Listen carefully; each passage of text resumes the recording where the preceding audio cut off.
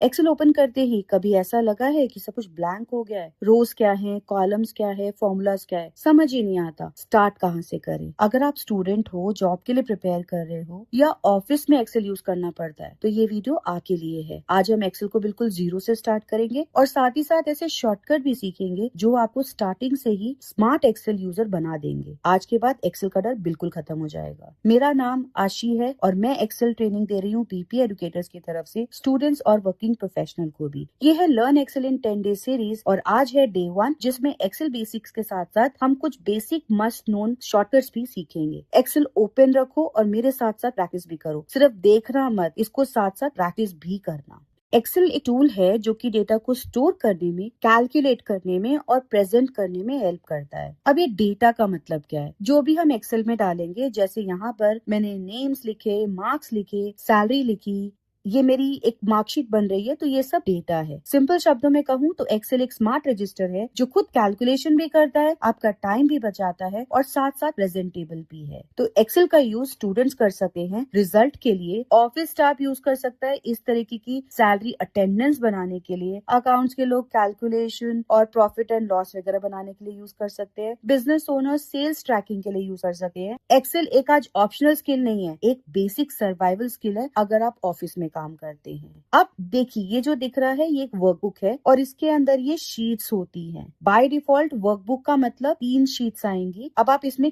कितनी भी sheets add कर सकते हैं, बस यहाँ पे प्लस पे क्लिक करते जाइए और अगर डिलीट करना है तो राइट क्लिक करके आप डिलीट कर सकते। इस वर्कबुक का नाम बाय डिफॉल्ट लिखा होता है, पर अगर इसको आपको सेव करना है तो आप यहाँ पे फाइल पे जाके सेव पे क्लिक कर सकते हैं। फाइल का नाम जो आपको रखना है वहां रख दीजिए, जहां सेव करना है वहां पे जाके सेव कर दीजिए और यहीं पे फाइल में जाके आप इसको क्लोज भी कर सकते। अभी फाइल मैंने क्लोज कर दी। अगर इसको ओपन करना है तो मैं एक्सेल ओपन करूंगी, फाइल में जाऊंगी, ओपन में जाऊंगी और जहां मैंने फाइल सेव की थी वहां पे जाऊंगी। ये रही मेरी फाइल, इस पे क्लिक किया तो ये मेरी फाइल ओपन हो गई। बाय डिफॉल्ट डेटा सेव्ड है। ये जो हॉरिजॉन्टल लाइंस आपको दिख रही हैं इन्हें रोज कहते हैं। 1 2 3 करके इनका नंबर होता है और जो वर्टिकल लाइंस दिख रही है इन्हें कॉलम्स कहते हैं और इनका नंबर ABC करके होता है। बाय डिफॉल्ट एक्सेल के अंदर 1,48,576 रोज होती हैं और 16,384 कॉलम्स होते हैं। रोज का नंबर 1 से लेकर 1,48,576 तक होता है और कॉलम का नंबर A से लेकर XFD तक होता है। और सेल्स की अगर मैं बात करूँ तो 17 बिलियन सेल्स होते हैं एक एक्सेल शीट में। इंटरेस्टिंग फैक्ट है ना। ये सेल ये होता है जब एक रो और एक कॉलम जहाँ मिलता है, ये बॉक्स जो हाईलाइट हो गया इसे सेल कहते हैं। और एक्सेल का पूरा काम सेल्स के अंदर ही होता है क्योंकि एक्सेल सेल्स को ही पहचानता है। सेल्स को पहचानने के लिए हर सेल का एक एड्रेस होता है। जैसे यहाँ पर जब मैंने हाईलाइट किया है तो A मेरा कॉलम का नाम है, 1 मेरी रो का नाम है, तो इस सेल का एड्रेस हो गया A1। यहाँ पे गई तो B मेरे कॉलम का नाम है, 2 मेरे रो का नाम है, तो B2 हो गया इस सेल का एड्रेस। इस सेल का एड्रेस D4 हो गया, इस सेल का एड्रेस F6 हो गया। सो एक्सेल इंग्लिश नहीं समझता, पहले कॉलम नेम फिर रो नंबर को लिखिए तो आपका सेल का एड्रेस बन जाएगा। एक्सेल इंग्लिश तो नहीं समझेगा पर एक्सेल एड्रेस और लॉजिक समझता है। इस कॉन्सेप्ट को याद रखना है क्योंकि एक्सेल की बैकबोन सिर्फ और सिर्फ यही है। अब मैं आपको बस शॉर्टकट सिखाती हूँ और बेसिक फंक्शंस एक्सेल के सिखाती हूँ। तो जो मैंने आपको फाइल में सेव करने का ऑप्शन बताया था, अब जब मैंने चेंजेस किए, अगर इसको सेव करना है तो एक तरीका तो फाइल में जाके सेव करने का है, लेकिन अगर शॉर्टकट का मतलब है कुछ कीज प्रेस करने से आपका काम मिनटों की बजाय सेकंड में हो जाएगा, तो आपको मेन्यू पे जाने की जरूरत नहीं है। आप कंट्रोल और S जो कीबोर्ड पे होते हैं, ये रहा कंट्रोल और S का बटन, क्लिक करेंगे तो सेव हो जाएगा।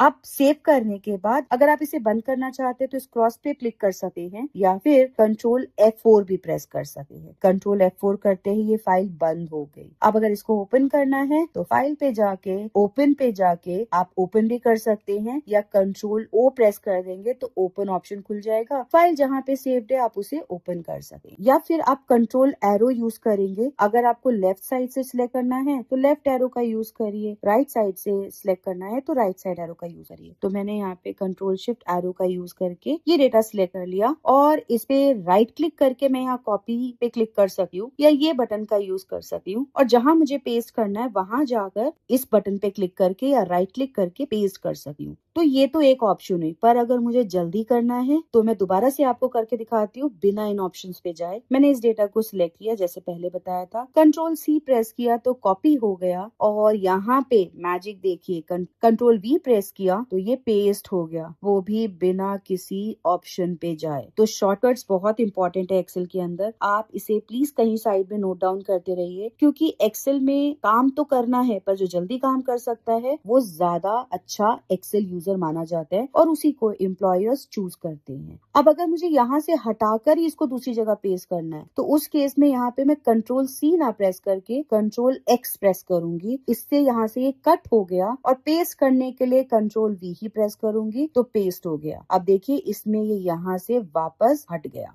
तो ये था कॉपी पेस्ट का ऑप्शन। अब मुझे अगर इस ऑप्शन से वापस जाना है, मतलब मैंने गलती से डिलीट कर दिया था, तो मैं इस केस के लिए कंट्रोल जेड या ये बटन यूज करूंगी जो अंडू का बटन है, क्योंकि गलती तो हमसे हो ही सकती है, हम इंसान है, तो टेंशन ना लेके हम कंट्रोल जी या फिर इस बटन पे क्लिक कर देंगे तो जो मैंने लास्ट एक्शन किया था वो वापस से रिपीट हो जाएगा और अंडू हो जाएगा। अगर आपको वापस से लगता है कि नहीं जो मैंने किया था वो सही है तो आप कंट्रोल वाई प्रेस कर देंगे या इस बटन पे प्रेस करेंगे तो वो रीडू हो जाएगा। अगर आपको बिल्कुल एंड तक जाना है तो उस केस में या तो आप माउस यूज करके नीचे नीचे जा सकते हैं, बहुत टाइम लगेगा, या सिंपल कंट्रोल एरो की प्रेस करेंगे तो आप एंड तक जंप कर जाएंगे। और अगर पूरे डेटा को सिलेक्ट करना हो एक साथ तो माउस से तो आप इस तरीके से सिलेक्ट कर ही लोगे, पर शॉर्टकट तो चाहिए होगा। शॉर्टकट है कंट्रोल शिफ्ट एरो की, और देखिए डेटा 1 सेकेंड में पूरा का पूरा सिलेक्ट हो गया। अगर आपको इसके अंदर पूरा कॉलम सिलेक्ट करना हो तो एक तो आप इस तरीके से यहाँ पे क्लिक करेंगे तो कॉलम सिलेक्ट हो गया, या फिर कंट्रोल स्पेस प्रेस करिए तो पूरा कॉलम सिलेक्ट हो जाएगा। और रो भी सिलेक्ट करनी है तो रो सिलेक्ट करने के लिए या तो यहाँ पे क्लिक कर लीजिए या शिफ्ट स्पेस प्रेस कर दीजिए तो पूरा रो सिलेक्ट हो गया।